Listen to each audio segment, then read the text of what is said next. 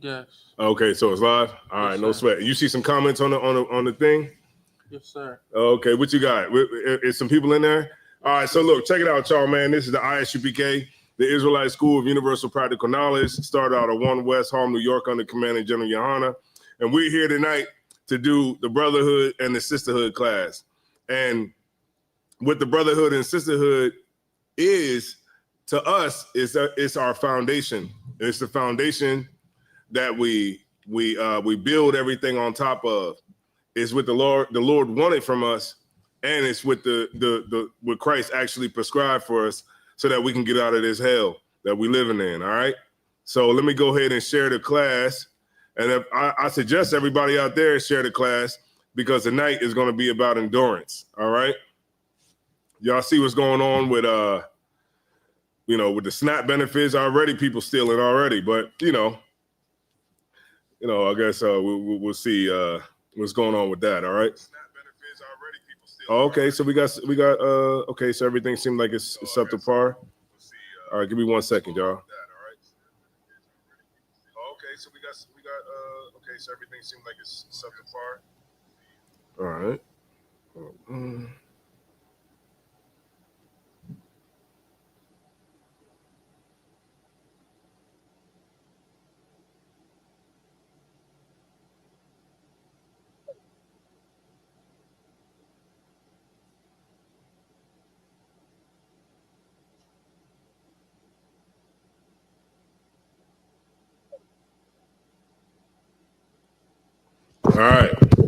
All right. So tonight's class is going to be about endurance. And Salaki, y'all, if my background is a little jacked up, once more brothers show up, we'll be, everything will get fixed the way that it looks nice and pretty for everybody for your viewing experience.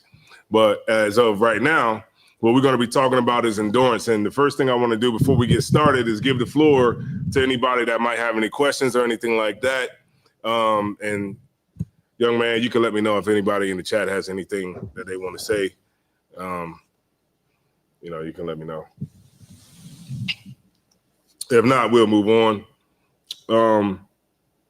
But let me get you got an apocrypha? You don't got an apocrypha? Yes, sir. Okay, so this is probably what you want right here, right?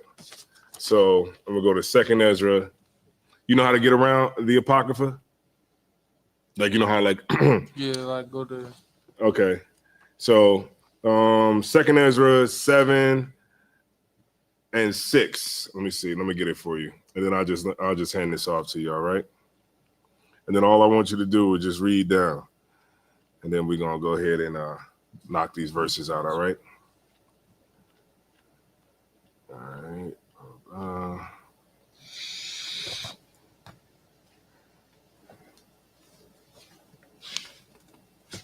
All right, so we're going to go to the book of 2nd Ezra, and we're going to go to the 7th chapter.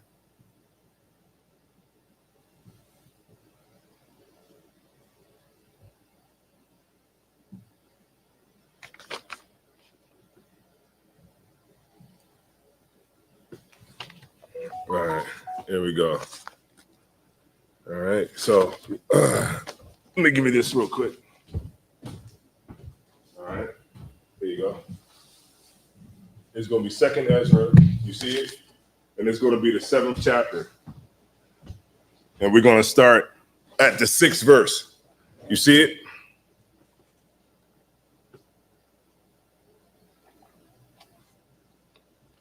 You don't see it? I got you, man. Hold on. I got you. Matter of fact, I'll probably just read it. I don't want to. Yeah, I'm sorry. I can't navigate the Bible. Oh, no. Ain't no problem, man. Ain't no problem at all. No sweat. We're going to knock it out. See, this is what I used to do in the beginning, man. You know what I mean? See, in the beginning, when a lot of people ain't come to class. Now, you good. Go ahead and have a seat. A lot of people didn't come to class. But one thing about when you teaching or you speaking or whatever, you always got to be willing to teach the wall, because everybody ain't always going to be around all the time. So the main thing is that,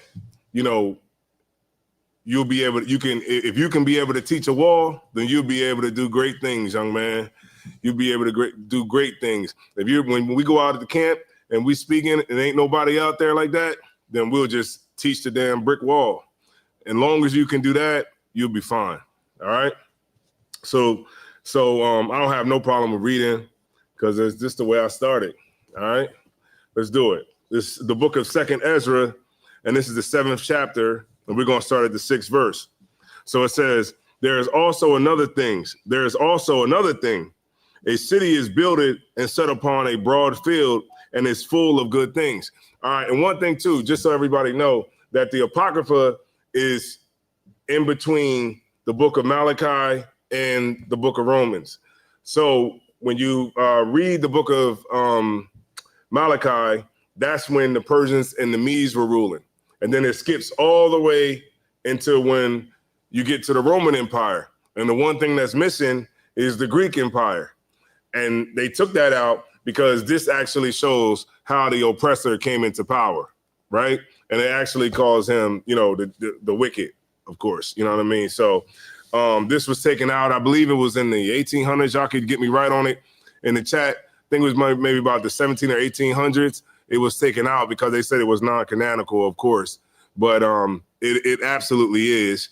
And, you can go in here and you can find out about, like the Feast of Dedication, the rest of the book of Esther, and then, of course, you got 2nd Ezra's, Ecclesiasticus, and Wisdom of Solomon, different books like that, Baruch. And there you can find all of those books inside of the Apocrypha. All right. So this is 2nd Ezra, chapter 7, verse 6. Chapter 7, verse 6. It says, there is also another thing, a city that's builded and set upon a broad field, right? Full of good things. And it's full of good things. The entrance thereof is narrow and is set in a dangerous place to fall, like as if there was a fire on the right hand and on the left a deep water. So that's really how it is, like when you walk in this walk to get the kingdom of heaven. Or it's basically like it's like to get to this city, it's a narrow passage to get to it, right? There's fire on one side and there's deep water on the other side. So the path is narrow to get to this city that's built on this hill, right?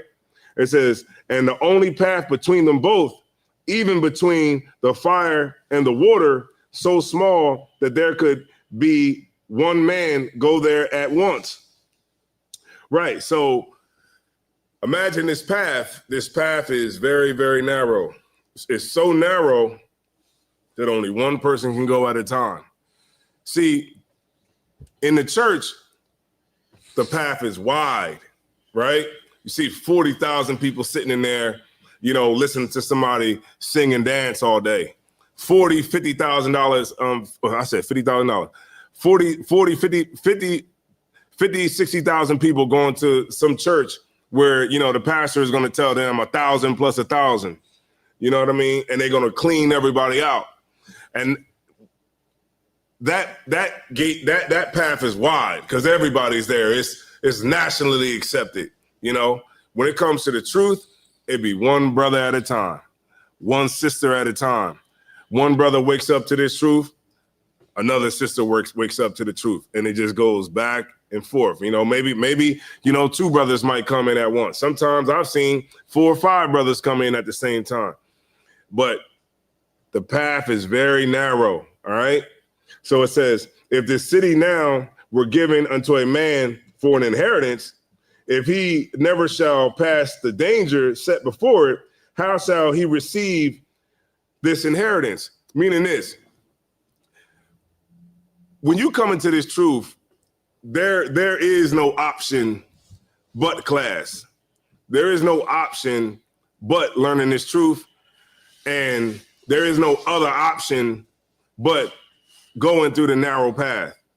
And a lot of brothers and a lot of sisters think that this truth is something that's going to be super easy, that, because you see Captain Tazariak, you think that that's what you want to be, a scripture champion, when that's totally fine. You could do that. But guess what? It's going to take work. It's going to be a narrow path, right? There's going to be times you're going to have to wake up and go to camp and you ain't going to want to go nowhere. There's going to be times that you're not going to want to come to class. But you know what? Those are the times that I always make sure that I go. When I don't want to do something, I always make sure that that's the thing that I do. Because you know what? It's easy just to be like, you know what? I'm going to just go ahead and chill, because it's very, very hard. The path is narrow. So you want to always make sure that you stay on that narrow path, right? Because so many people fall off. Man, I've seen people fall off and then become, then they survive in a cult. Now Christ ain't black no more. The Israelites ain't black. None of that even matters anymore, because you didn't want to go to camp, or you had an issue with a brother that you didn't want to, go to that brother about, or a sister might have had an issue with another sister and she didn't want to go to that sister to figure out what the issue was, right? And so you fall off of that path, right? There's no other option but class, but camp, but doing what the Lord wanted you to do, all right? And so I'm going to read on. So it says, if the city now were given into a man for inheritance, if he never shall pass the danger set before it, how shall he receive this inheritance? Meaning this, right? When a rich man passes his money down to his son never knows what it's like to work, right? That's Donald Trump. Like, Donald Trump doesn't know what it's like to work hard, because everything was given to him his whole life, right? So he's not gonna be able to empathize with the working man. He's gonna talk like he can, but he doesn't know what it's like to clean a toilet. Donald Trump doesn't know what it's like to, have to stand on a line for food stamps. He doesn't understand about those types of things. So, he's not going to understand. But when it comes to the truth, how are you going to get the kingdom of heaven if you're not willing to do what it takes to get the kingdom of heaven? I always say the reason that we don't have the kingdom of heaven is because as a people, we're not fit to have the kingdom of heaven. How are we going to have the kingdom of heaven in one breath? We saying that, it's Juneteenth, and then right after that, you celebrate the 4th of July. How are we gonna say? I seen on my social media, somebody put on there, it's a blackout because the stamps is gone.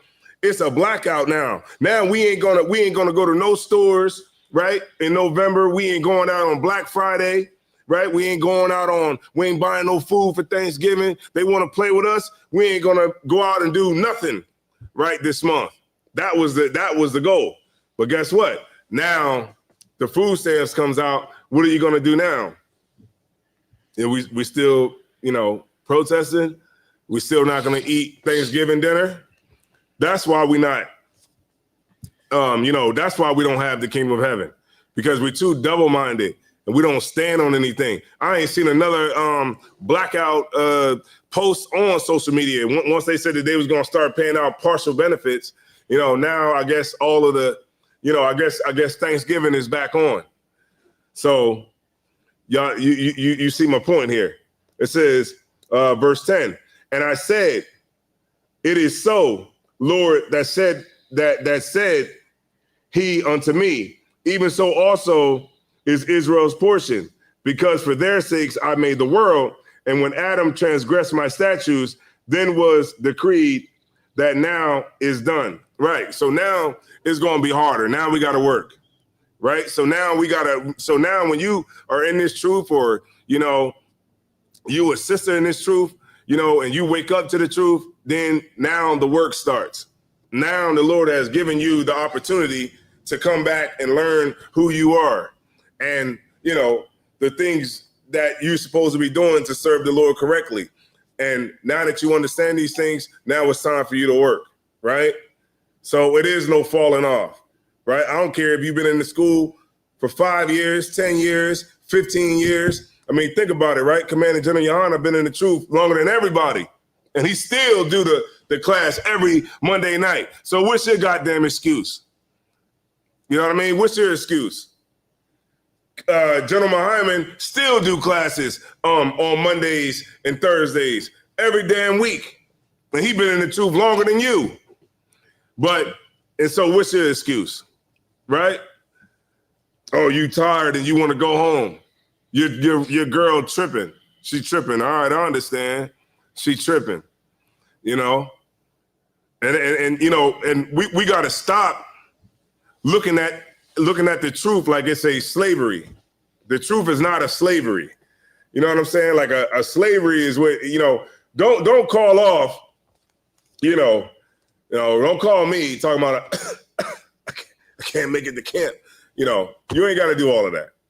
I'd rather you just tell me you don't want to go to camp.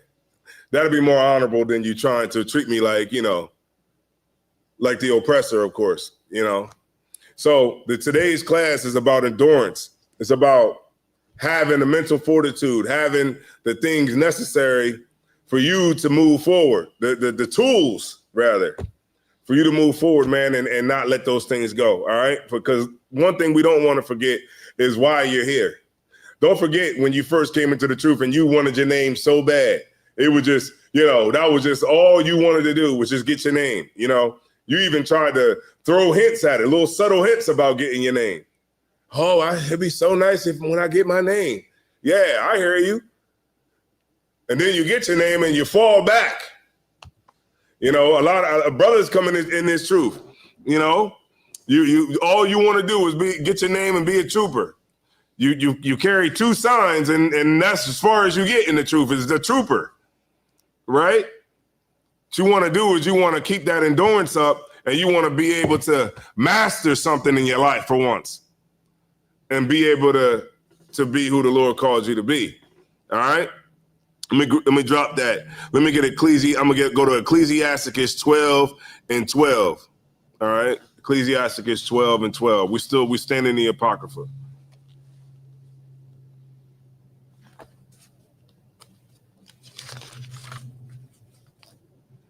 All right.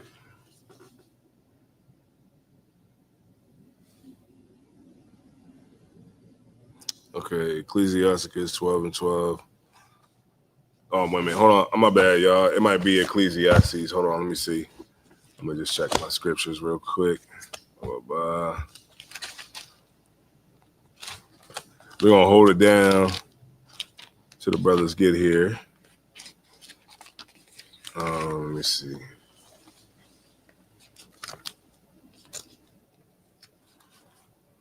Damn, rip my damn Bible.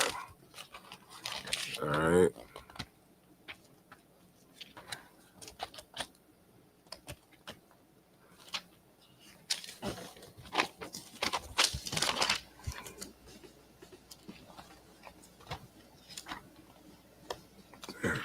Well.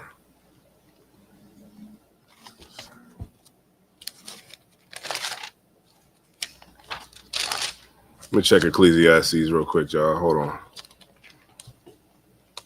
It's Chronicles.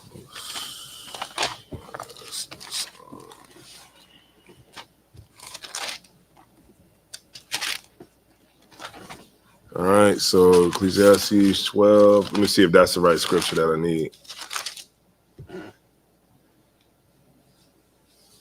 Okay, here we go. Yeah, Ecclesiastes. My fault, y'all. Ecclesiastes 12 and 12. It says, and further, by these, my son, be admonished of making many books, right? There is no end, because that's where we get jacked up too. Because everybody, you reading 1,000 books and you all over the place. What you got to do is you got to focus. That's really the key to everything in life that you want to be successful at. You have to focus. You can't do everything, right, at one time. You got to focus on one thing. So if that thing is, coming in the truth, doing what you got to do, coming to classes, learning so that you can go out in the street and teach, then you want to stick to that. You don't want to be, coming into the truth, trying to teach us why we should do karate. You shouldn't come into the truth trying to, tell us why, why we should worry about that the earth is flat. What you need to do is you need to come in and need to focus, right? Read your scriptures, learn the correct way, all right? That's how you'll get the understanding that you want, and that's how everything that might be trying to distract you won't be distracting you, because you'll have a foundation, right? So it says, my son, be admonished of making many books. There is no end. As much study is a weariness of the flesh, right? Because there's only one book of God's laws. You know what I'm saying? Because, when you have many books, you know what I mean? You kind of, like I said, you're all over the place. And this is why, the Bible is telling you not to worry about so much, because, when you're looking at the scriptures, you got a lot of people that be like, well, what about the book of Enoch? What about the book of Thomas? And what about the book of this and book of that? And those things get you jacked up because you don't have the proper footing that you need to be successful at what you're trying to do, right? So remember, endurance is the key. Always make sure that you stand down, 10 toes. Ain't that what they say? 10 toes. Make sure you stand 10 toes flat and you're not deviating off of what the goal is. All right. I'm gonna save that one. And let me get Hebrews 12:4. All right. Let me get Hebrews 12:4.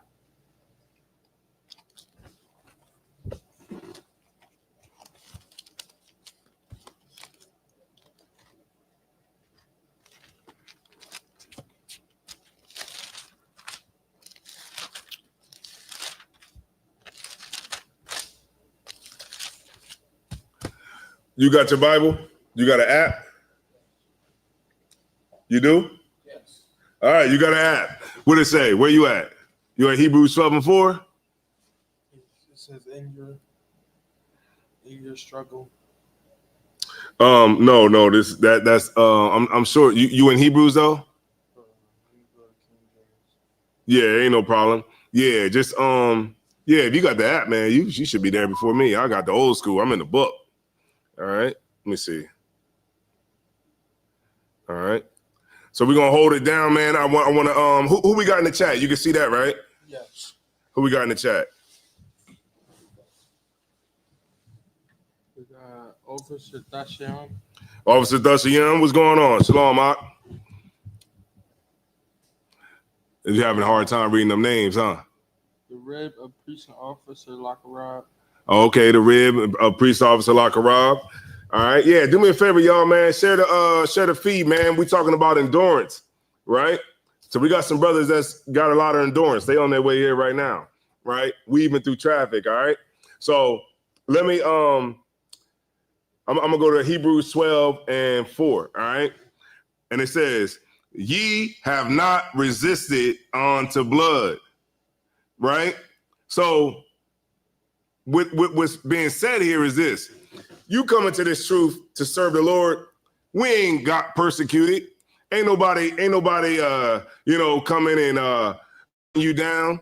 You ain't nobody came to camp and punch you in the mouth, right? So what are you so damn afraid of, right? Why are you afraid to endure? Ain't no sisters coming up in here, you know what I'm saying? Trying to, whoop a sister's tail in here because, she's seen something on Instagram. No. So if you're not resisting on the blood, then what the hell is your excuse, right? You should always strive to be better. You should always have the endurance to be better, right? If you're not resisting on the blood, it says ye have not resisted unto blood, striving against sin. You know what I mean? So all we requiring of you is to come and sit down in class for 2 hours out of the day. 2 stinking measly hours out the day. That's literally all the school is asking of you. And within that 2 hours, you might do something. You might, I don't know, sweep the damn floor, put a chair out, set a table up, push a button, right? In 2 hours. We go to these slaveries and the oppressor tell you to do what to do, and you do it for 16, right? But when it comes to, you know, having the endurance to do something for the Lord, we just can't do it. But when you need the Lord, you're going to want the Lord to be there for you. And the Lord is going to remember when you know, now that, and then Salakia.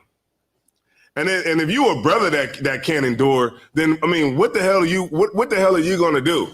You're gonna know that your brothers is out there at camp fighting and going to war, and you sitting up underneath some monster cracking your toes. You know what I mean? Arguing. You would rather do that than be out there fighting with your brothers like a war is going on outside, and you sitting in the house like a right, Sister Sue. There's a war going on outside, man. You know what I mean? Your husband out here fighting a war, trying to, you know, keep you safe, right? A lot of sisters won't even come into the truth. Just a thought of the fact that you could get another wife. Just the thought of a brother having just the thought of it. Most of the brothers I do know don't even have more than one wife. They got one.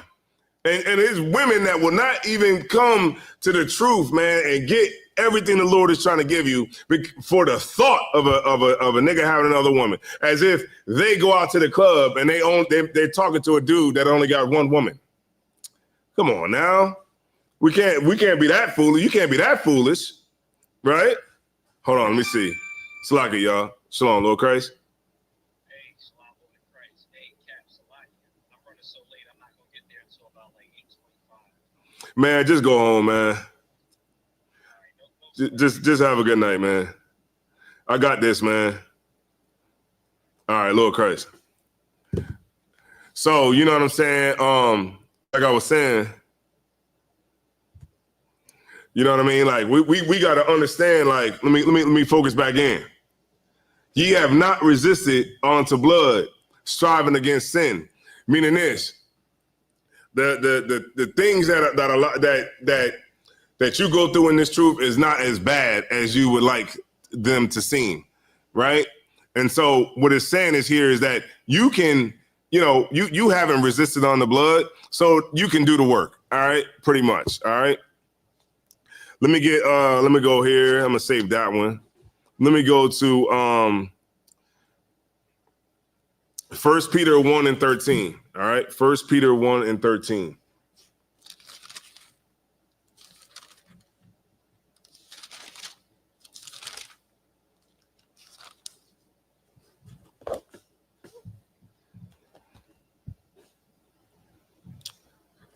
It says, wherefore gird up the loins of your mind, be sober, and hope to the end for the grace that is to be brought unto you at the revelation of Jesus Christ, right? So it says, wherefore gird up the loins of your mind, meaning this, get strong. You know what I mean? Like, get strong, like gird up the loins of your mind. Like when you go to war, you gird up your loins, like you put that war belt on and you make yourself, you know what I mean? Strong against attacks, right? You want to make sure that you're strong-minded. You have a strong will, and you're not, coming in here and, now you could come in weak, but you can't stay weak. All right. You want to make sure that you're strong, right? You want to gird up your loins. You want to put off the former lust, the things that you were doing before you got into the truth. Those are the things you want to change, right? You don't want to be coming in here trying to keep the same things that you were when you were out in the world, right? If you had a anger problem in the world, you don't want to come in here with the same anger problem, right? If you was a person that couldn't, have friends in the world because you were just too weird, you can't come into the truth and be the same way. You got to be something different. And here, you can't bring the same person that you was, the same demons that you had before, right? You can't bring those over into the truth. You gotta fight those demons, and you gotta work to be something different. All right. You got to gird up your loins, right? It says, Salakia. It says, Salakia.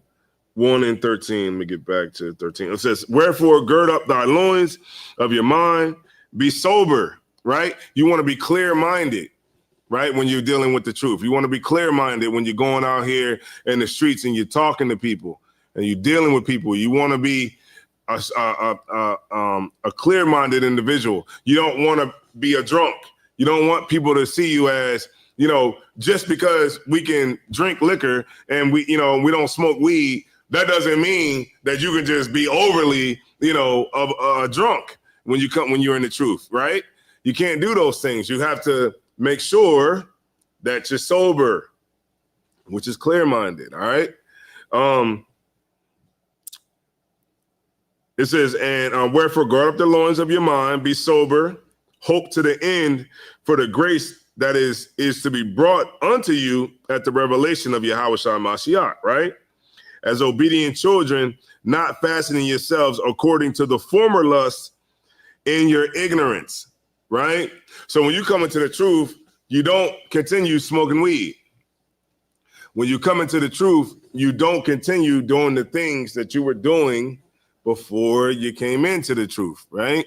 Because what's going to happen is you're going to mess up your endurance, right? You're going to mess up the things that's going to keep you on the right path. Because remember, that path is very narrow, right? It's a very narrow path. It's water on one side and it's fire on the other side. Because remember, the prize is what's at the end of this narrow path that you're on. That the prize is on the other side. And if everybody could get to the prize, then it really wouldn't be a prize, right? And so that's why it stresses that you have to be strong-minded. You got to be sober and all of those things, right? And you got to put off the former lust, right? Of the lust in your ignorance, right? You got to be mentally strong to endure, right? Enduring until Christ comes. All right. Let me get Matthew 10 and 35.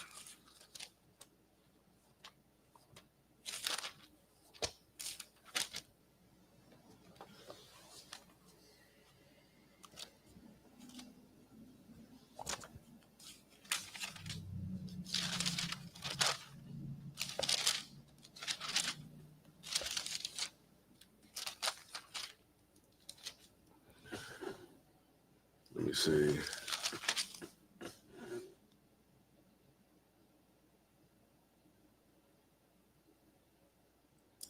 The book of Matthew, chapter 10, verse 35. Okay. For I am come to set a man at variance against his father. Variance is like, let me see. Let me look up variance. It's more like opposed. It's like opposed. Well, let me look it up just for the sake of it, right?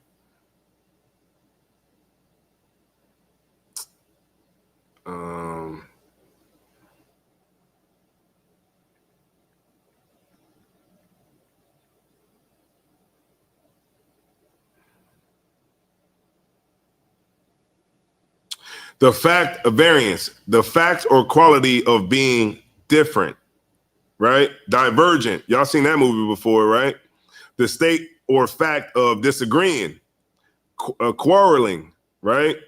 So what you want to do is when you serve Christ, it's going to put you at a variance between people, right? Depending on how the people that you're around is preaching Christ, right? Now, if you're preaching Christ, like Christ loves everybody, we all can come together and we all when you saying it like that, everybody's gonna love you, right? I saw, little Kim, when she went to which I think she got a music award or a Grammy or something, she walked up there with her boobie hanging out. And the first thing she said is, I want to thank my Lord and Savior, Jesus Christ. You know what I'm saying? If you're like that, then of course everybody's going to love you. Donald Trump is a damn Christian. right? The KKK is Christians, right? But when you start teaching the truth about Christ, everybody's going to hate you. Your mom's going to hate you. You know what I'm saying? Your brothers, your cousins, your auntie, your grandmom, right? Who thinks she knows something, which she don't. She's going to be at variance with you because you're going to be teaching that Christ is a black man. Because all of a sudden now that we teach that Christ is a black man, now all of a sudden color doesn't matter. But when he was white for the last, the last 3, 4, 5, 6 centuries, right? It was, it didn't matter. It was cool. It was cool. And nobody even thought about it. But now that we say Christ is black now, oh man, it doesn't matter what his color is. All right. So when you teach the real about Christ, it's going to offend people. And it's going to set you at variance with the people that's in your household, being your mother, right? Your grandmom, your brother, your uncle, your auntie, right? Even in a lot of cases, your wife, right? Your husband. It's going to set you at variance, right? So it says, think not that I'm come to, no, Salaki 35. For I am come to set a man at variance against his father, and the daughter against her mother, and the daughter-in-law against her mother-in-law. Let me see something real quick.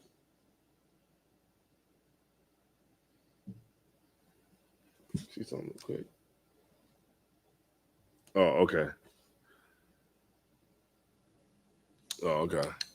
So it says that I have come, I'm going to read it one more time. It says, for I have come to set a man at variance against his father, and the daughter against her mother, and the daughter-in-law against her mother-in-law. Now, the mother-in-law, she's going to be tight once she find out that you can get another wife because you in this cult called, the Israelites. So, and the women, they're gonna definitely get it too. You know what I'm saying? When they come into this truth, because you're gonna have your homegirl calling you stupid and all that kind of things and all those types of things because of what you believe, right? I thought that we lived in America where it was free, the freedom of religion. I guess in America the freedom is for everything else but being an Israelite, anything else but being a Jew, all right? That you got the freedom to do anything else. Now, if we was out here saying that we came from the ancient tomb of Tumare, nobody would give a damn what we were saying. It wouldn't be not one person doing a documentary on us. But because we say that we're the chosen people of God, now that is something that is going to get you canceled, right? Because it sets you at variance when you serve Christ, when you teach the real about the Bible, right? When you start keeping the commandments, right? And not following these stinking holidays like Thanksgiving, then you'll be at variance with everybody else. Then it'll be you against the world, right? Let's get it. Verse 36. And a man's foes shall be they of his own household. And for that, a lot of brothers lose their endurance. A lot of sisters lose their endurance in this truth. You let your auntie spank you in the scriptures, right? And now you back celebrating your birthday again, celebrating holidays that we know is pagan. Everybody got a smartphone. You know it's pagan, but you do it anyway because it's just the right thing to do, right? And that's where we lose our endurance at for this truth. You stay in the world, and when you stay in the world, you're going to lose like everybody in the world is going to lose. All right. It says, he that loveth father or mother more than me is not worthy of me. A lot of people won't come into the truth because they don't want to make their kids sad on Christmas. That's why they just keep doing it, right? Because you don't want to make your kids sad. Even though you know that the kids don't deserve to get nothing on Christmas. If I guess if that's the way the damn holiday is supposed to go, you can't stand to see them sad. So even if a kid is bad, it don't matter. You're still going to get them something, right? So the whole thing about it is that if you're going to serve the Lord, you got to be willing to keep it biblical. You got to be willing to forsake your children, right? Forsake your brother, your mother, and everybody, right? You got to be willing to do the opposite of what everybody else is doing, right? They'll respect you for it more than they'll respect you for, saying that you're an Israelite and then going back into the world and just doing what they do, right? You don't want to be like that, of course. You want to always stand on something, keep that endurance up, and then people will start to respect you, all right? It says, he that loveth his father or mother, this is verse 37, Matthew 10:37. He that loveth his father or mother more than me is not worthy of me, and he that loveth son or daughter more than me is not worthy of me. So we're about to see on Thanksgiving, we're about to go out there. Now that they done gave you partial payments of your SNAP benefits, you're going to go out there and spend what they gave you on a stinking turkey, right? And so that you can make your children happy or, make your family happy, right? That's what's going to end up happening. And because of that, you're not worthy of what Christ has to offer you. You're not worthy of what the Lord has to offer you, right? Can you get better? Yes, you can. Because, just like everybody else, we was in the world too, right? But at this moment, you are not worthy, right, of what, the Lord has to give you. And that's why a lot of times he doesn't give you the truth, right? A lot of these things that are done, that we teach, it sounds like something foreign to you because the Lord didn't give you the ears or the eyes to understand what was going on. All right.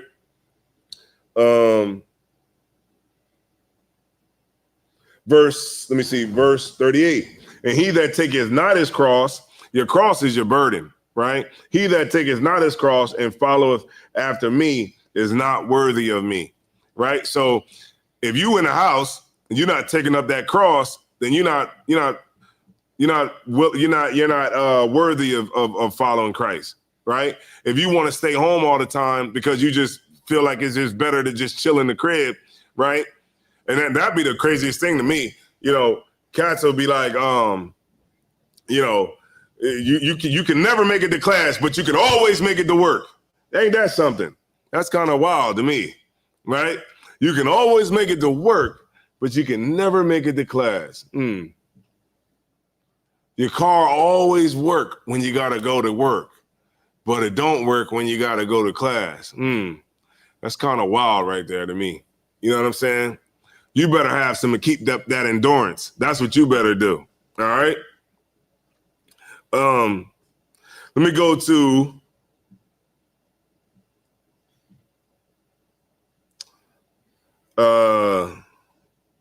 Luke 14:26.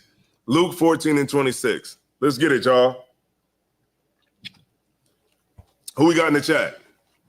I know you know how to work because you've been texting, so I know you know how to read what's in the chat.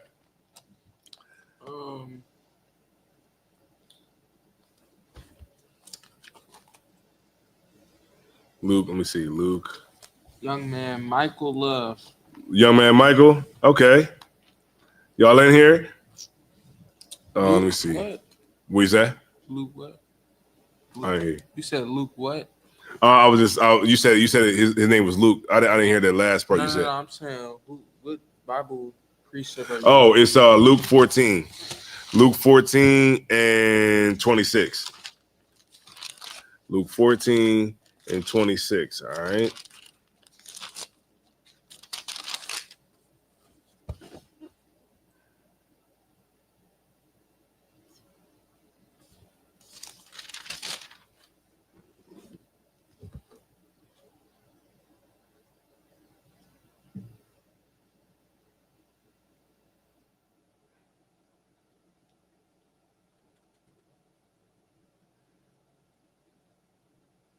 Okay, so it says Luke 14:26.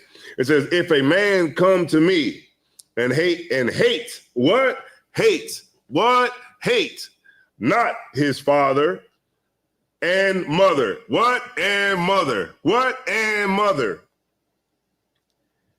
and wife and children, and brethren and sisters, yea, and his own life also, he cannot be my disciple. Meaning this, when you come into this truth, man, you got to be willing not to follow holidays. You got to be willing not to celebrate your birthday, right? And then furthermore, all of these holidays that we celebrate, and you don't even know what you're celebrating it for. You just do it because it's just a tradition of America. You don't even know. I seen people like literally on a video fighting in goddamn costumes. Like, what the hell? Wonder Woman fighting Spider-Man. Like, I mean, come on. We have to understand that if we're not willing to go against the things that this world presents. Now, you know, our parents, they raised us to be, you know, who we are, who we came up to be. You know, the world taught you how to survive, right? But when you come into this truth, now you have to understand how to do the things that the Lord wants you to do, right? You want to be able to have the endurance and never let that endurance go so that you don't fall behind once you do get the truth, right? And it says, if any man come to me and hate not his father and his mother, right? Because your father and your mother are celebrating holidays. Your father and your mother don't follow Christ, right? Your father and your mother are trying to, you know, get you out of this cult, right? They're not trying to, you know, do the things that, I rather, they're not trying to, you know, hear what the hell, you know, you coming home with the new things that you're learning, because they're in the world, right? And obviously the Lord called you because the Lord saw something special in you. And so you don't want to throw that back in the Lord's face. All right. And remember when you, and this Salakia, and then also remember when you're not, you know, when you are, you know, keeping the commandments and you're not celebrating, you know, the holidays and doing the things and eating pork and all the things that are against the Lord, then that is hating your parents, right? That is hating your wife. That is hating your daughter and your son, right? When you do the things that are for the Lord, right? All right. Let me get John 15 and 18.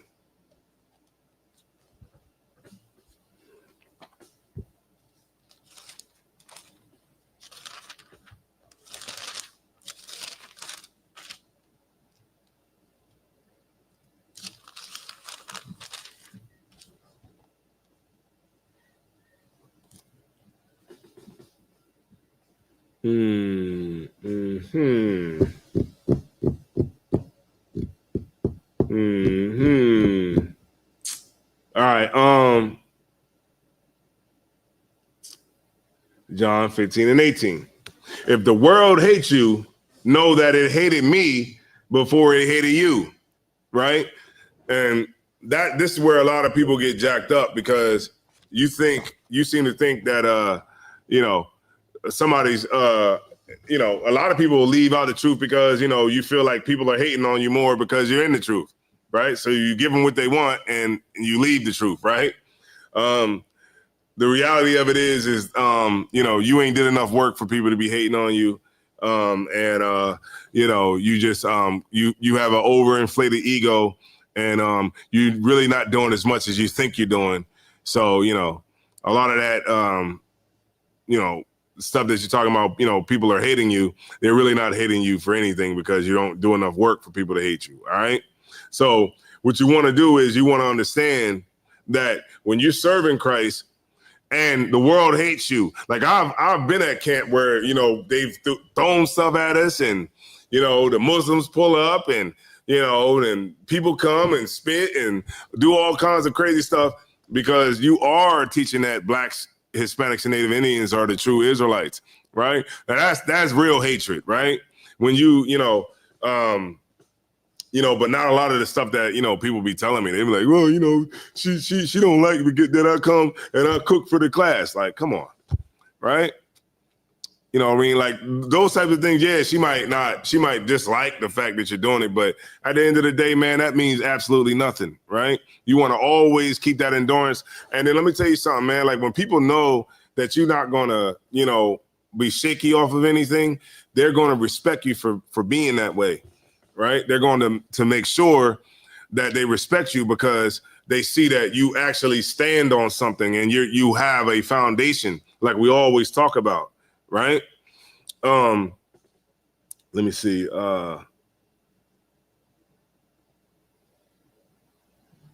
Okay. Let me see. Okay, here we go. It says, if the world hates you, know that it hated me before it hated you. And if ye were of the world would love his own. But because ye are not of the world, but I have chosen you out of the world, therefore, the world hateth you, right? Because if you was part of the world, man, the world will love you. You see, I know y'all seen what's this stupid nigga, man. Floyd Mayweather. You know what I mean? They love Floyd Mayweather, man. You know what I'm saying? That's the world. This stupid dummy is up there talking about that, you know, he's staying with Israel no matter what they do. Like, okay, as if you don't see the damn genocide that's being, you know, and neither one of them is supposed to be over there, but damn, you can't see that. And balling and having money means more to this dude. I mean, that's clear that balling,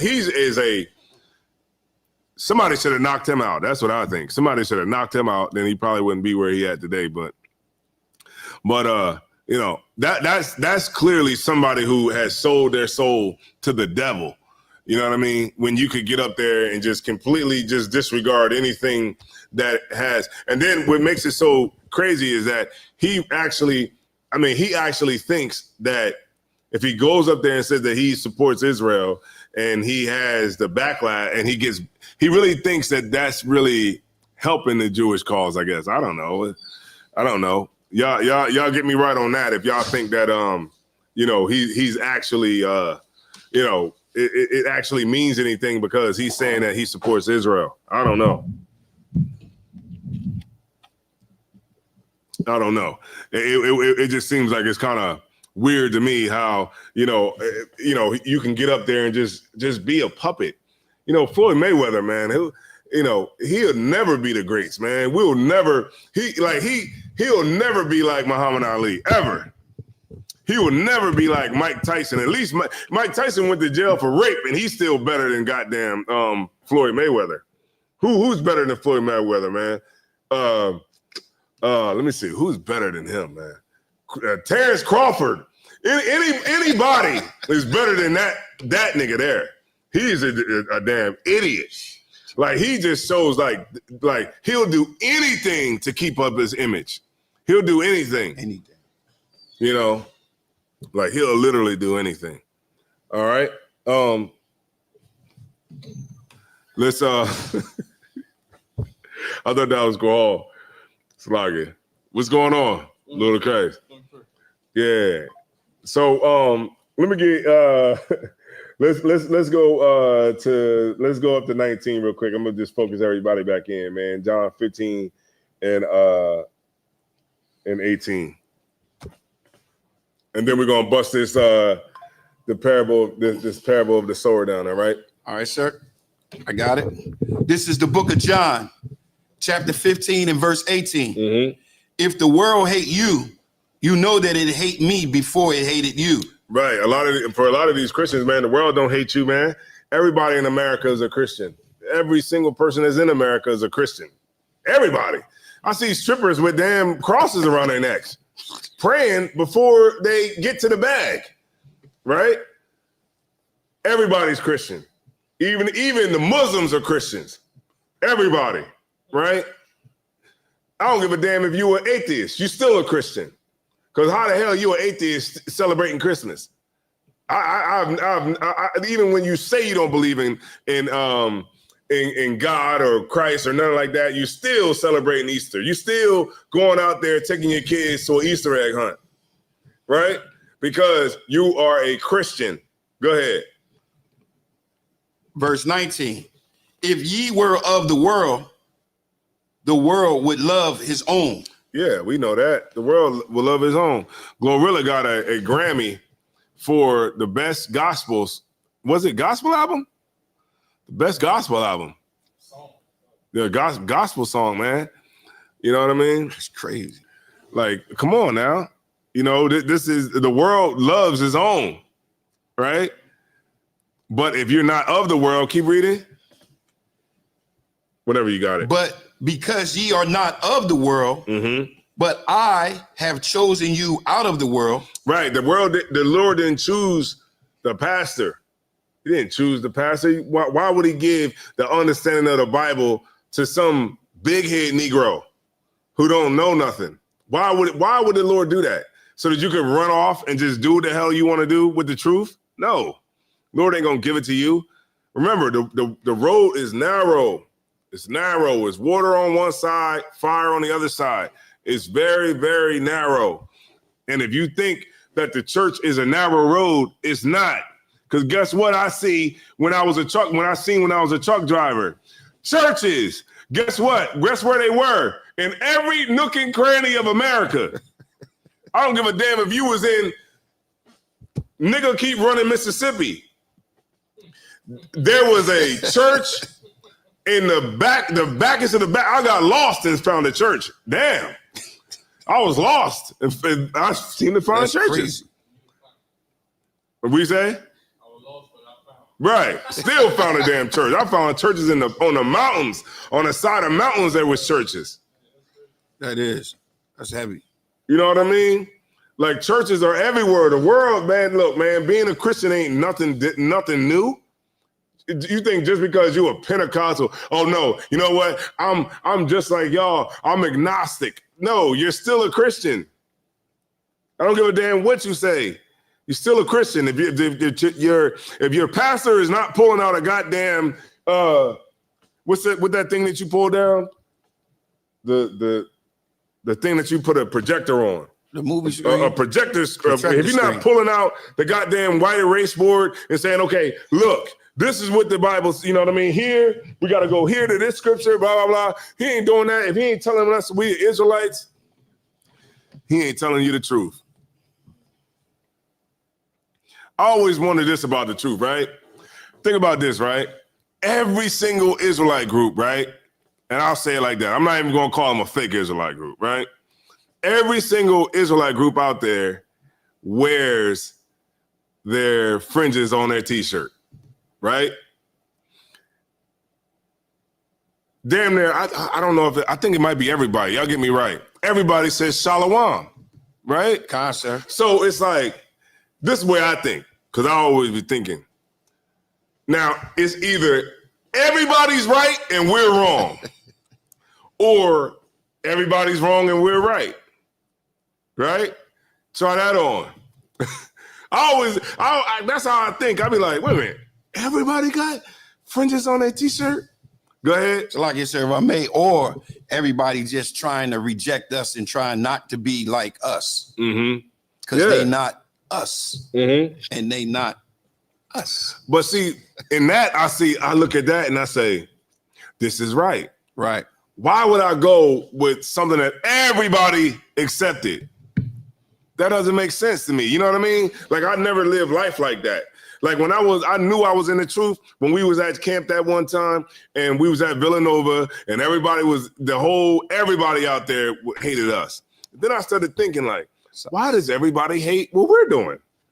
You know, if we was out here saying that we come from the ancient tribe of Umfunfu, Tumare, then everybody would love us. If we said that we was agnostic, if we said that we was Pentecostal, if we said that we was Jehovah's Witnesses, everybody out here would not have a problem with it.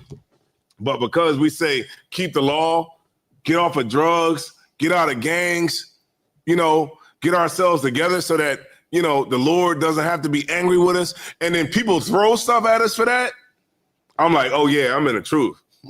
This is right.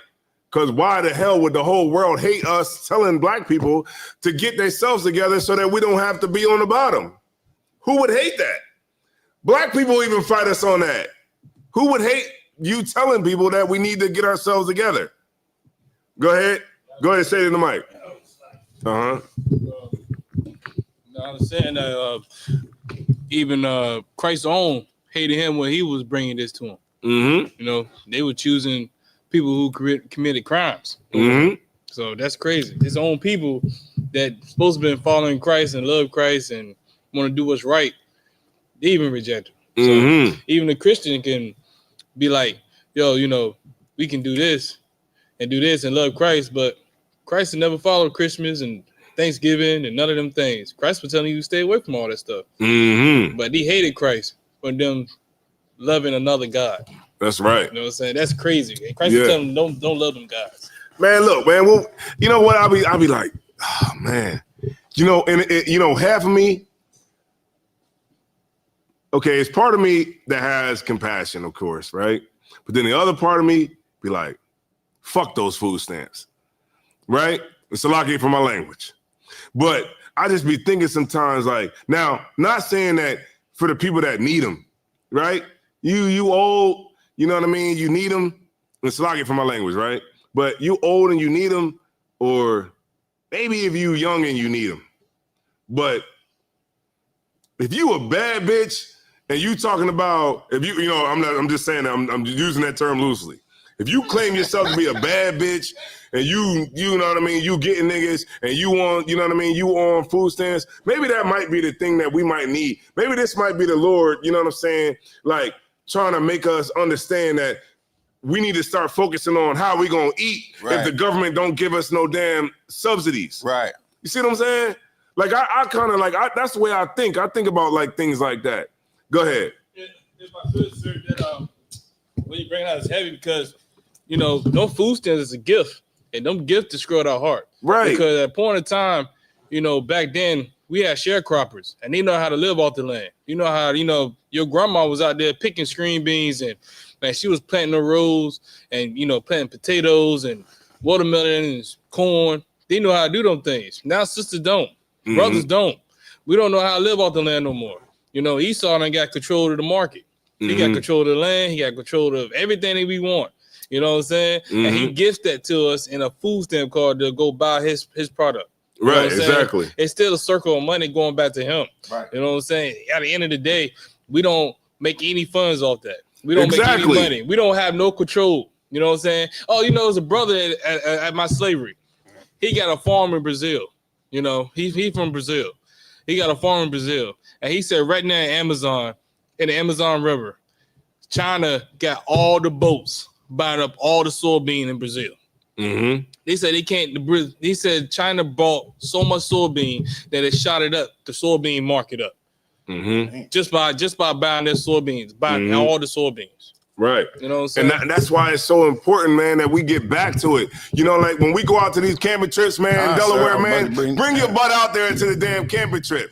I seen a lot, man. Look, I seen brother, man, when we was at the damn the slaughtering of the lambs, brothers was trying to cut the damn lamb. Like when I got up there, I cut the lamb's neck like, one swipe, fell swoop, and I cut his neck all the way back to it wasn't no more left. I almost cut his head off.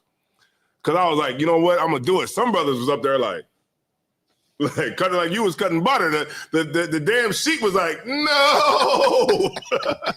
Golly, man. We gotta understand how to kill a goddamn animal. We can kill each other, and then you can get the hardest killer in the damn, you know, the block. And you be like, yo, slaughter this lamb. He'd be like, I don't know what to do. I can't shoot him, you know what I mean? So it's like, man, we gotta get back and start, and that's why I say we gotta get back to understanding, right, where we are in the earth, and then also we have to understand what's going on about this damn food. Why nobody is talking about, you know, maybe getting back to lentils. You know what I mean?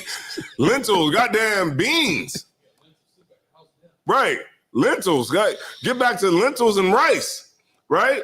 Like, why are we out here talking about how we gonna go ahead and just rob the damn Walmart if they don't come out with the stamps? It's like, okay, if they don't come out with the stamps, what we gonna do? I brought it out earlier in the class, and I got you. We brought it out earlier in the class. This girl had put up on social media. She was like, yo, they want to cut off the snaps. We're not doing nothing for Black Friday. We're not doing Cyber Monday. We're not doing Thanksgiving. We're not doing this, right? Then I went on the post, you know what I mean? I don't really respond to nobody online, but I was like, well, what if they don't? What if they give us the SNAP benefits? Are we still not celebrating Thanksgiving, not doing Cyber Monday, not doing Black Friday? Nobody responded. Because guess what? That was a hell of a response. It's back on. If they give us the snaps, it's back on. Thanksgiving is back on. Cyber Monday is back on. And everything else is back on. So what does that say? That says that long as they give us food, we will do what you want us to do.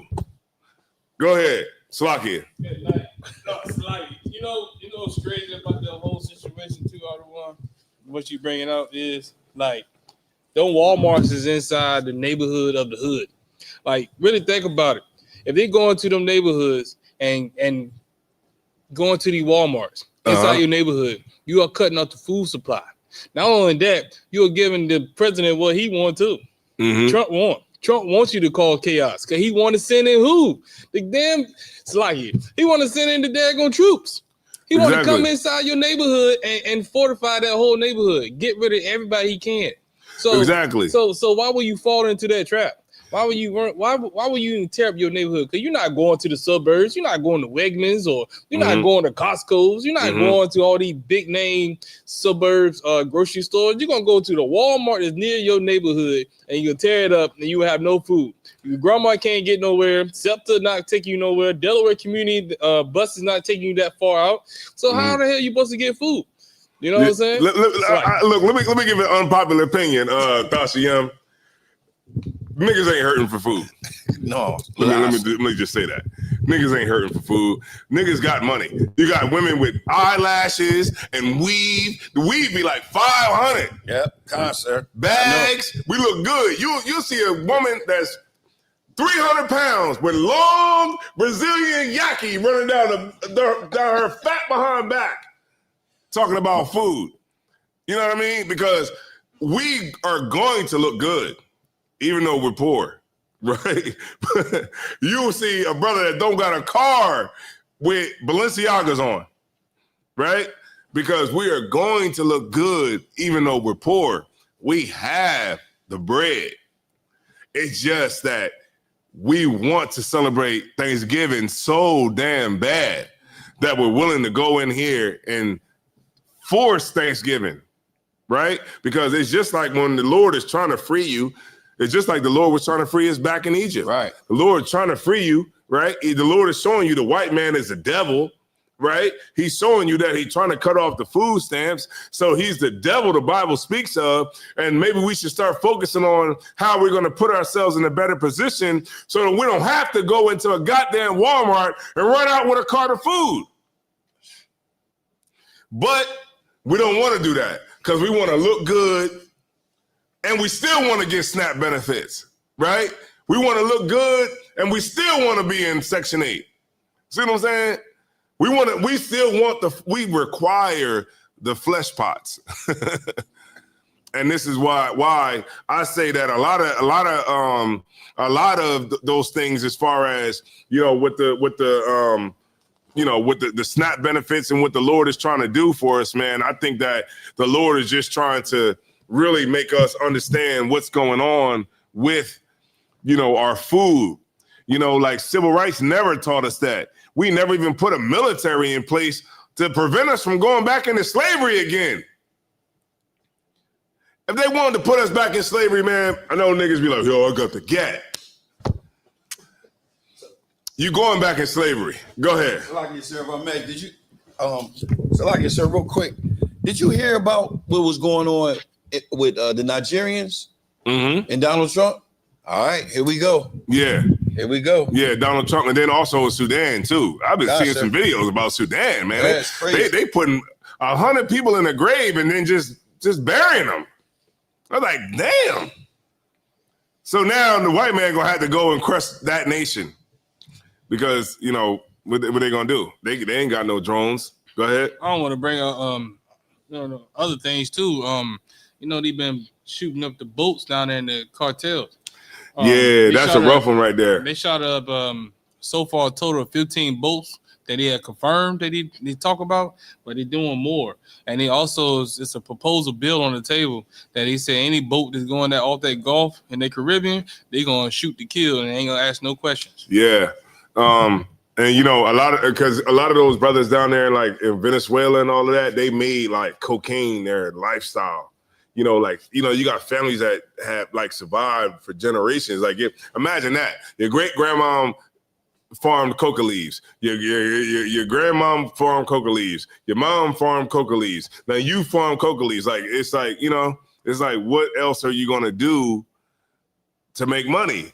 Because if the government is banning coca leaves down there, in South America, and they're banning it, you know how they go out with the helicopters and they're trying to pour stuff on the crops to kill the coca leaves, and then you make it, then you know that all you got to do is get it to America so that you can live and have something. I mean, why?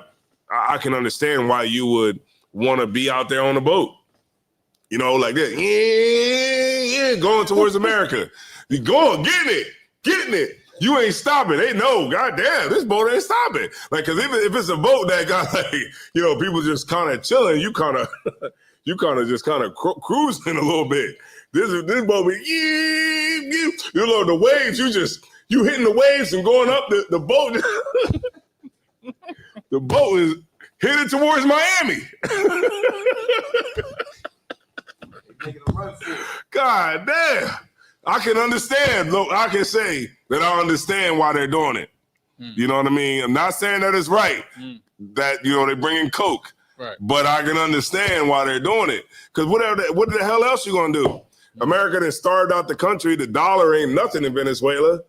The dollar is just on the ground. They also, if I could, he also is going to bail out Argentina, which Argentina has the second largest Jewish population in Argentina, and he's going to bail them out by giving them like $20 billion and then possibly $40 billion to bail them out of the economy that they suffering in. Yeah, like, because you can't even give us money for anything else around here. Yeah, but that's how America do though. America, what they'll do is they'll say we'll give you $20 billion, but guess what? You gotta accept LGBT. It ain't gonna be too long before they're gonna be LGBT in Venezuela. Everything will be down there in Venezuela. Like, and that's why I say, it's important that we understand what's going on, right? So that we can make the provisions so that we don't fall into the trap.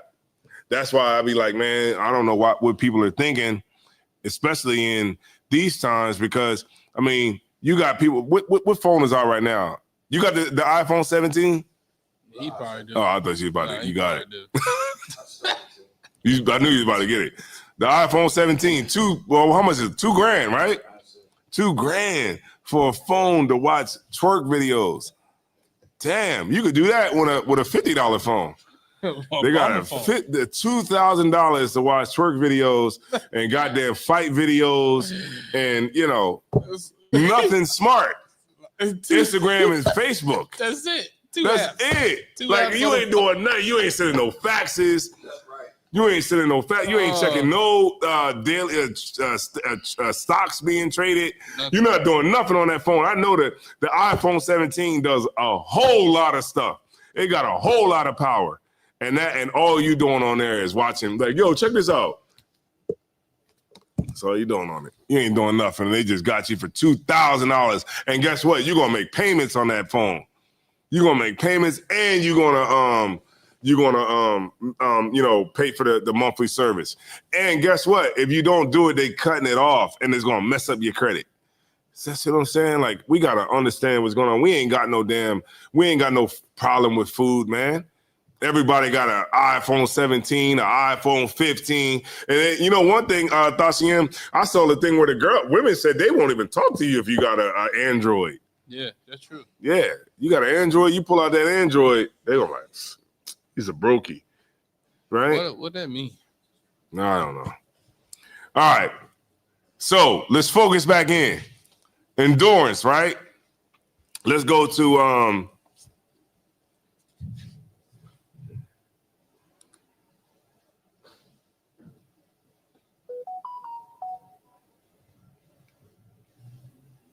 Let me go to Matthew 12 and 43. All right. I got a few more. I got some scriptures, man. We getting it on. All right. 12 and 43. Mm-hmm. Let me get there with you. Matthew 12 and 43. I know y'all know this one. Bedrock right here.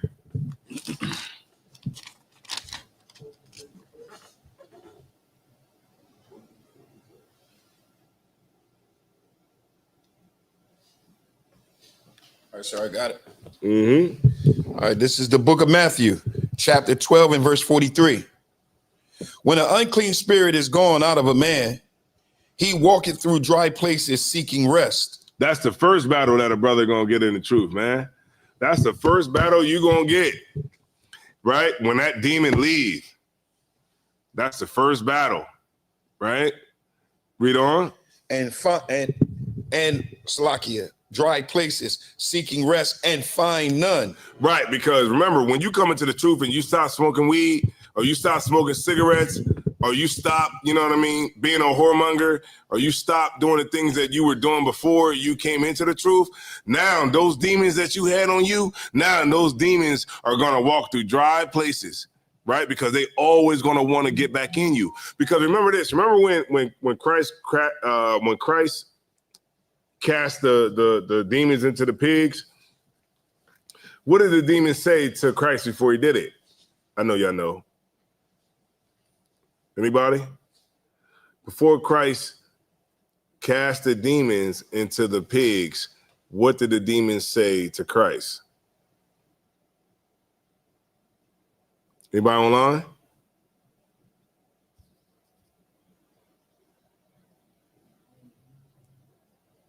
Young man Timmy, can you give me that water back there?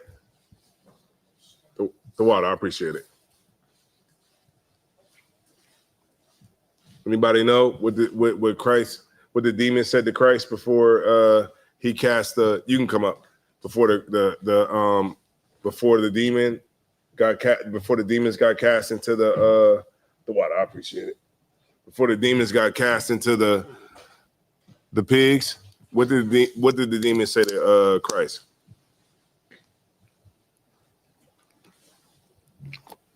Let me give it to you, sir. Mm-hmm. Hold on. He said, hold on. It said, let me get to this is the book of John, chapter 8 and verse 29. Mm-hmm. They said, it said, Salakia? Somebody had it. Sister Kanash, she said, if you cast us out, send us into the pig. No, right before that. It says, verse 29, it says, and behold, they cried out, saying, what have we to do with thee? Mm-hmm. Yet Jesus, the Son of God, are thy come hither to torment us before the time? Before the what? Before the time. That's what I wanted, Dosh. Before the time. Why are they saying that before the time?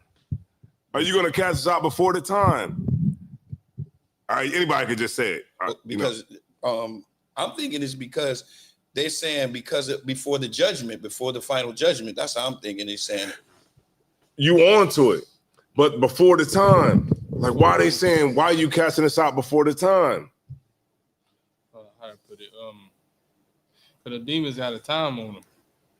You warm, man. You warm. Go ahead.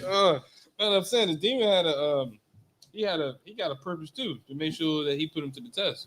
So he said, you could cast us out before the test is over.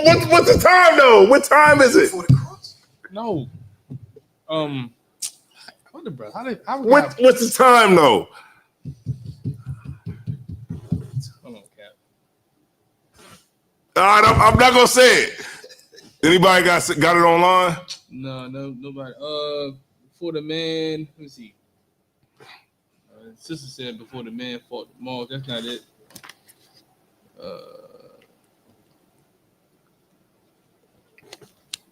She said she was paraphrasing.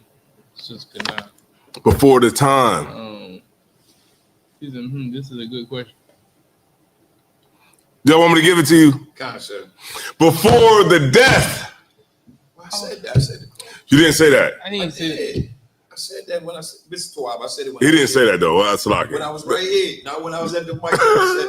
I said it, the cross. No. It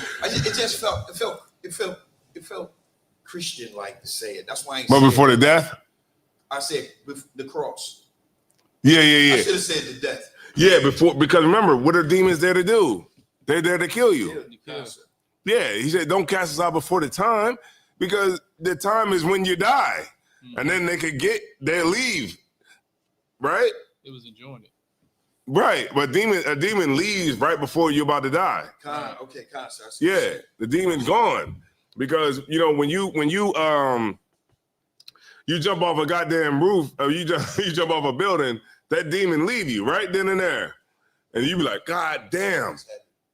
And now before you hit that ground, you realize that now, damn, I made a decision to jump off this damn bridge. Because that demon is gone now. And so now the demon, because remember, the demon left before, because Christ was trying to get the demon out before the time. Right?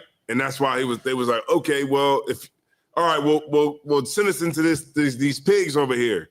And that's what Christ did. You know what I mean? He sent them into the pigs, and the pigs jumped off and did what? Killed themselves. Right? All right, boom.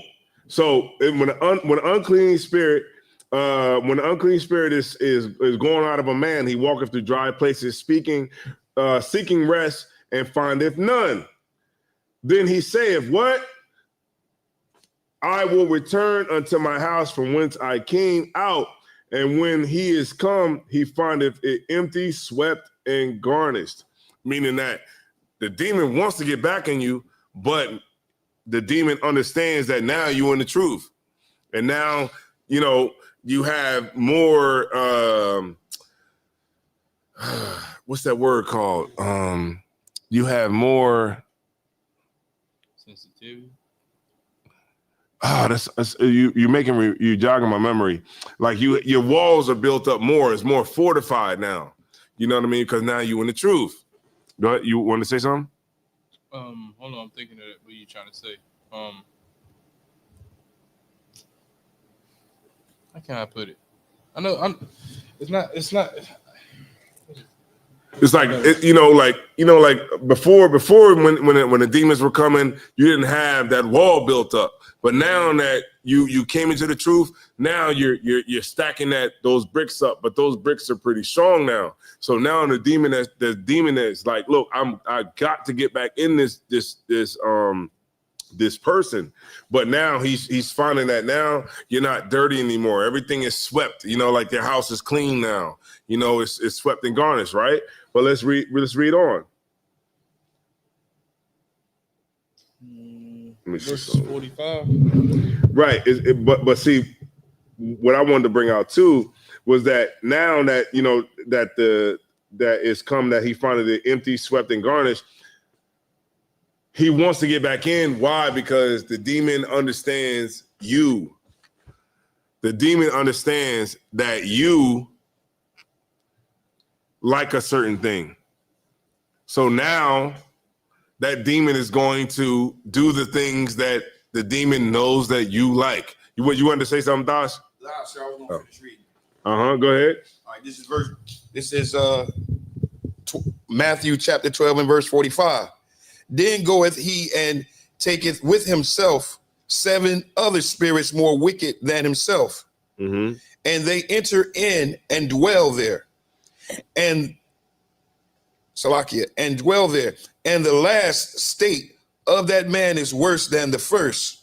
Yeah. Even so shall it be also until this wicked generation.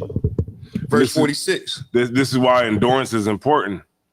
This is why your endurance in the truth is important.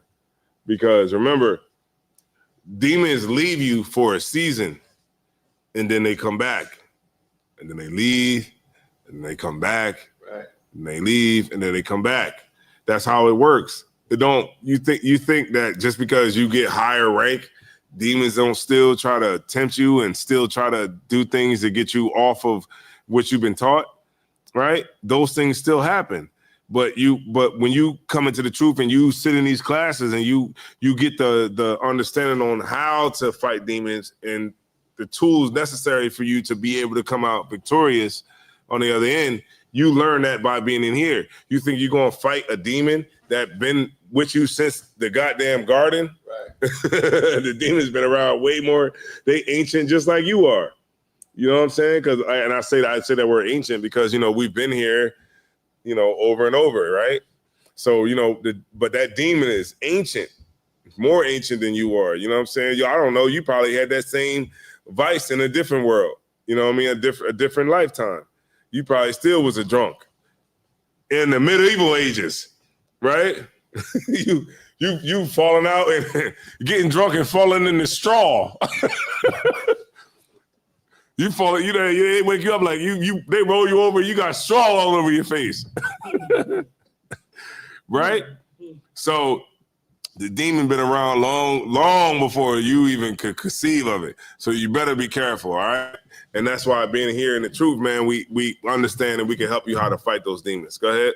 That's why it's important to keep your house clean. Making sure that you make your election sure, because that demon come back. You don't notice it though, but sometimes that demon, you think your house is clean, whatever, that demon moves something around. Right, because hey, I see why you're looking around like that.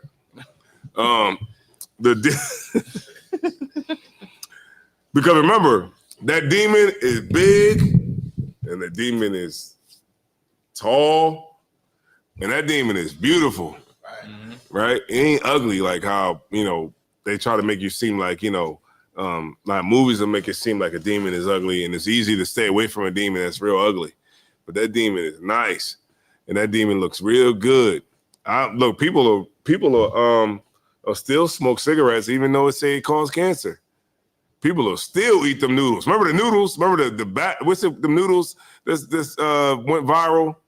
Them Baduk noodles, whatever it says that they cause cancer on the damn pack, and people still getting them because they just that damn good, right? And that's what it is. You know what I mean? It's like we got to understand that these demons that we're dealing with, they're it's something else. But you got to have the endurance and the truth, right? And the mental fortitude to be able to fight. All right, let me get a couple more scriptures. I want one with endurance. All right, let me get one with endurance. If I could, sir. Can I ask the people that's watching and get them likes up? Yeah. If y'all could, Bubba Kashar, get them likes up. We got 17 people, one like. Come on. Yeah, man. Because but this is what people do when they be like, "Yo, like the video," they be like this. Their head be going like this. They be like.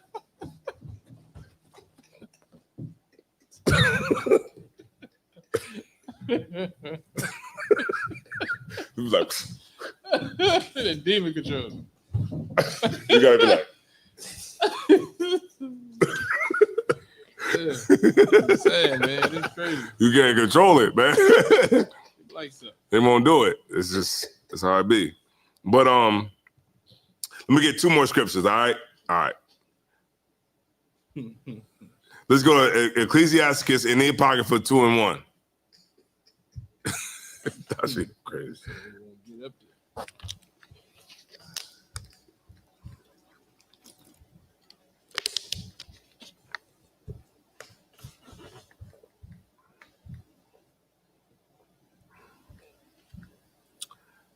Ecclesiasticus and the Apocrypha 2 and 1. I got my Apocrypha from the beginning. I'm glad I found this joint. This is the book of Ecclesiasticus chapter 2 and verse 1. My son, if thou come to serve the Lord, prepare thy soul for temptation. Mm-hmm. Set thy heart aright and constantly endure. Constantly what? Constantly endure. That's the damn class right there. Endurance. Keep going. And make not haste in time of trouble. Right. That's what we got to do here, man. Is we got to endure in the truth. right? I don't give a damn if you've been here 5, 10, 20 years. You got to endure. What the hell? Where's your excuse? Commander General Yohana been here over 40, and he still do classes every Monday. I'd be like, damn, sometimes I be in the bed. And Commander General Yohana's show is going live, right? Every single Monday, week after week after week after week after week after week. So if you want to fashion yourself or model yourself after somebody, then use him, right? Use him, because that's the definition of what endurance is, right there. Every time even when you don't even want to, even when you like, man, I don't even know what's on right now, and you turn in and you see Commander General Yohana's show going. You like, damn, I forgot that it was on tonight, but it's still on. That's what you always want to make sure you're doing, is always constantly enduring in the truth. Let me get 1 Peter 4:12, and we'll end it right there. It's already 8, almost 9. I know everybody right now is ready not to endure till 9:30.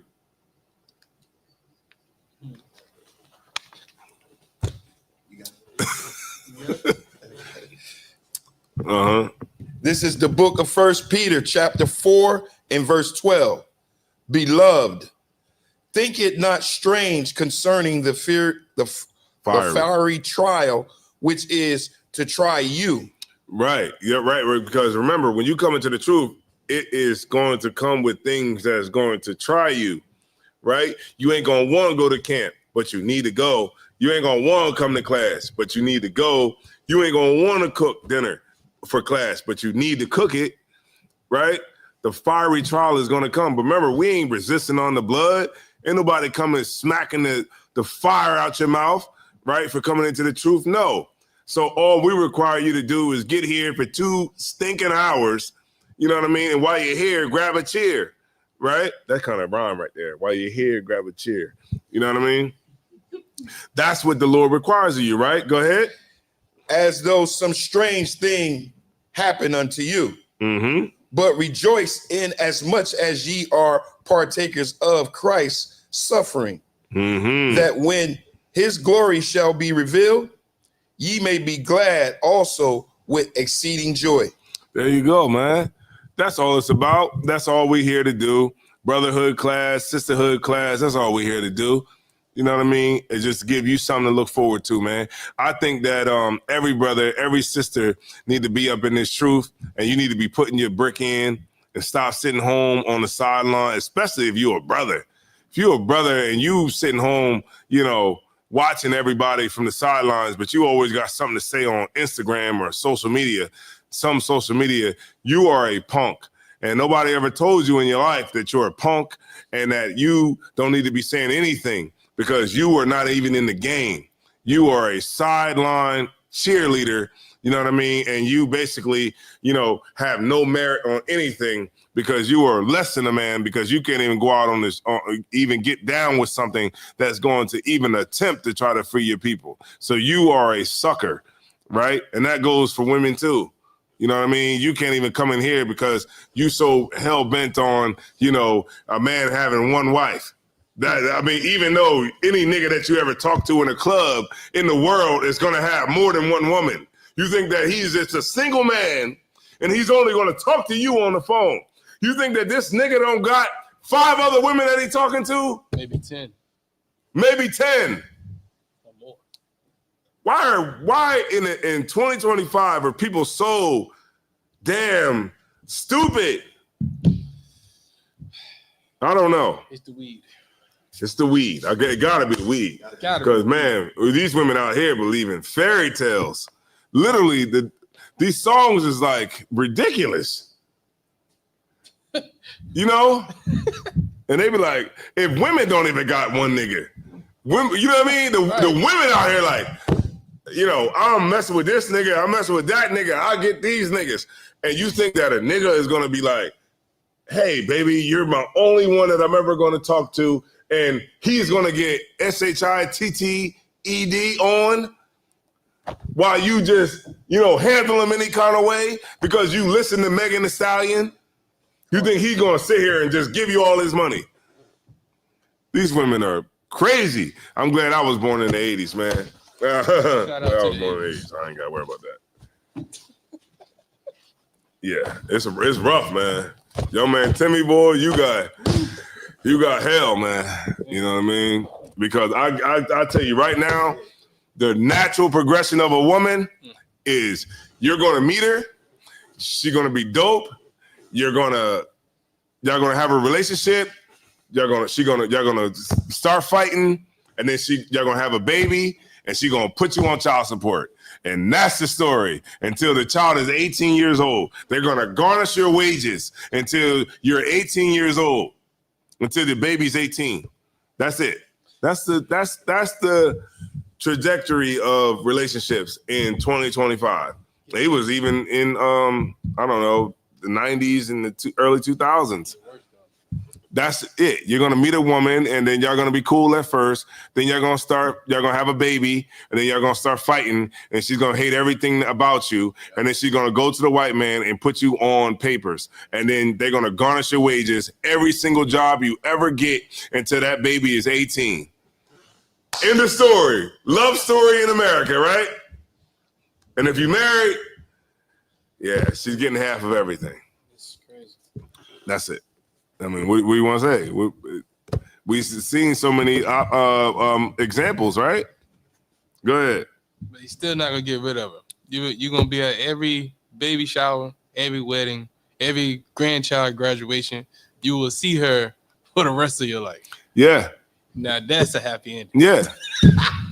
That's it, man. Happy ending, man. I remember my daughter's mother, man. She, you know, she had a new dude. You know what I mean? She had got a new dude, and I was at my daughter's graduation. She was with the new guy, man. I was like, so yeah, man. You know, I ended up being cool with that nigga, man. Like, I guess we both here. You got a kid and I got one. Hey, how you doing? What's up, man? Who your favorite sports? Yeah, you like baseball? You like football? That's relationships in America. Go ahead. It's like it'd be kind of weird. Yeah, Cause you the first. Like, yeah, it's like you been at first. Like the nigga know you had everything. What's up, dog? You had everything before him. Slocky. Like, what's up, dog? You good? All right, man. Yo, Slocky, if I could, can you imagine that brother just looking at you? Like, can you imagine? Yeah, the animosity that brother has for you, because he know that he'd never be first. Yeah, you know, he'd be second to you. And guess what, man? He's on child support now too, man. I was on child support first, man. I'm off, and now it's your turn. Yeah, nice. That's relationships in America for you, man. So you want to make sure that you enduring constantly in this truth. You don't fall off. I don't give a damn how long you've been in the truth, a year, 2 years, 5 years, 10 years, 20 years. You want to make sure that you constantly enduring in this truth. If you a sister, get in here and make some goddamn spaghetti or lasagna with 6 different cheeses. Get in here, do what you got to do, support the prophets, right?